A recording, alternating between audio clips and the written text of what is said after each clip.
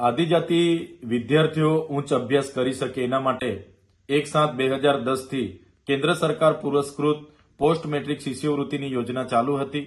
ગત વર્ષે 28/10/2024 ના રોજ ગુજરાત સરકારે એક પરિપત્ર બહાર પાડીને મેનેજમેન્ટ અને વેકેન્ટ કોટામાં અભ્યાસ કરતા વિદ્યાર્થીઓ માટે આ શિષ્યવૃત્તિની યોજના એમણે બંધ કરી હતી। ત્યારે અમે હજારો વિદ્યાર્થીઓની રજૂઆતને ધ્યાને લઈને વિદ્યાર્થીઓ સાથે બિરસા મુંડા ભવન ખાતે પહોંચ્યા। ત્યાંના કમિશનર અને સચિવને પણ અમે રજૂઆતો કરી। બાદમાં અમે વિધાનસભાના બજેટ સત્ર દરમિયાન પણ હજારો વિદ્યાર્થીઓ સાથે વિધાનસભાના ઘેરાવા કરવાના પ્રયાસો કર્યા। બાદમાં વિધાનસભાના સન્માન્ય ગૃહમાં પણ આ મુદ્દાની અમે મક્કમતાથી રજૂઆત કરી, ચર્ચા કરી। તે દિવસે મને વિધાનસભામાંથી સસ્પેન્ડ પણ કરવામાં આવ્યો। બાદમાં ત્યારે પણ સરકાર ટસની મસ ના થઈ। એમણે બંધ કરવાના અનેક કારણો અમને સમજાવ્યા, છતાં અમે પછી જૂન મહિનામાં જે કન્યા કેળવણી અને શાળા પ્રવેશોના કાર્યક્રમો હતા ત્યારે ગુજરાત સરકારને અમે ચીમકી ઉચ્ચારી કે જો તમે પોસ્ટ મેટ્રિક શિષ્યવૃત્તિ નહીં ચાલુ કરશો તો આદિજાતિ વિસ્તારોમાં તમારા આ સરકારી કાર્યક્રમોનો અમે બહિષ્કાર કરીશું। એમણે તાત્કાલિક ધોરણે 24 જૂન 2025 ના રોજ બીજો એક પરિપત્ર બહાર પાડીને આ યોજના અમે પુનઃ બહાલ કરીએ છીએ, ચાલુ કરીએ છીએ એવી ખાતરી અમને આપી। બાદમાં એ ખાતરી બાદ પણ આજ દિન સુધી એ શિષ્યવૃત્તિ જમા નહોતી કરવામાં આવતી। ત્યારે 2024-25 ના વિદ્યાર્થીઓ અમારી પાસે આવ્યા અને એમણે કીધું કે ગત વર્ષની શિષ્યવૃત્તિ પણ અમારે જમા નથી થઈ।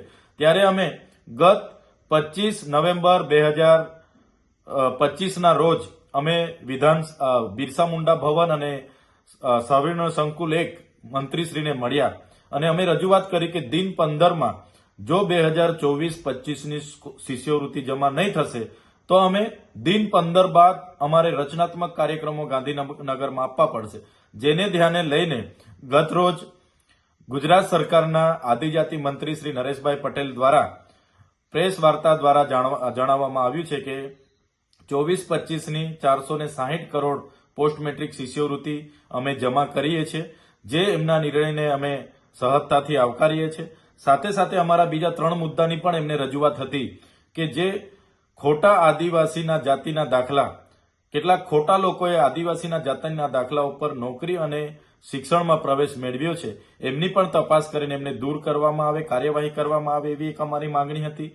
બીજી કે જે હમણાંની ભરતી પ્રક્રિયામાં 40% મેરિટ ફરજિયાત આદિજાતિના ઉમેદવારોએ લાવવું એવી જે પ્રક્રિયા બનાવી છે એ પ્રક્રિયા નાબૂદ કરવામાં આવે અને અનામતના રોસ્ટર પ્રમાણે જેટલી જગ્યા આદિજાતિઓ માટે ફળવાય છે તમામે જગ્યા આદિજાતિઓ થકી જ ભરવામાં આવે એવી અમારી બીજી ત્રીજી માંગણી હતી।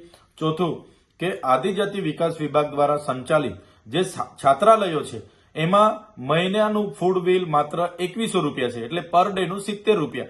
હવે 70 રૂપિયામાં વિદ્યાર્થીઓ રહેવાનું છે, નાવાનું છે, ભણવાનું છે, લાઇટની સુવિધા છે, બધી સુવિધા 70 રૂપિયામાં આવે અને એ 70 રૂપિયામાં એમનો નાસ્તો અને 2 ટાઈમનું જમવાનું આવે। ત્યારે આ મોંઘવાડીમાં સંચાલકોને પોસાતું નથી અને વિદ્યાર્થીઓને યોગ્ય પોષણક્ષમ જમવાનું એ પીરસી નથી શકતા। ત્યારે 2100 રૂપિયાથી ફૂડ બિલ વધારીને 3000 થી વધુ કરવામાં આવે એ પણ અમારી માંગણી હતી। ત્યારે મંત્રીશ્રી સત્વરે આ બીજી પેન્ડિંગ રહેલી 3 માંગણીઓ બાબતે સકારાત્મક વિચારે અને નિર્ણયો લઈ એ પણ અમે અપેક્ષા લઈને બેઠા છે।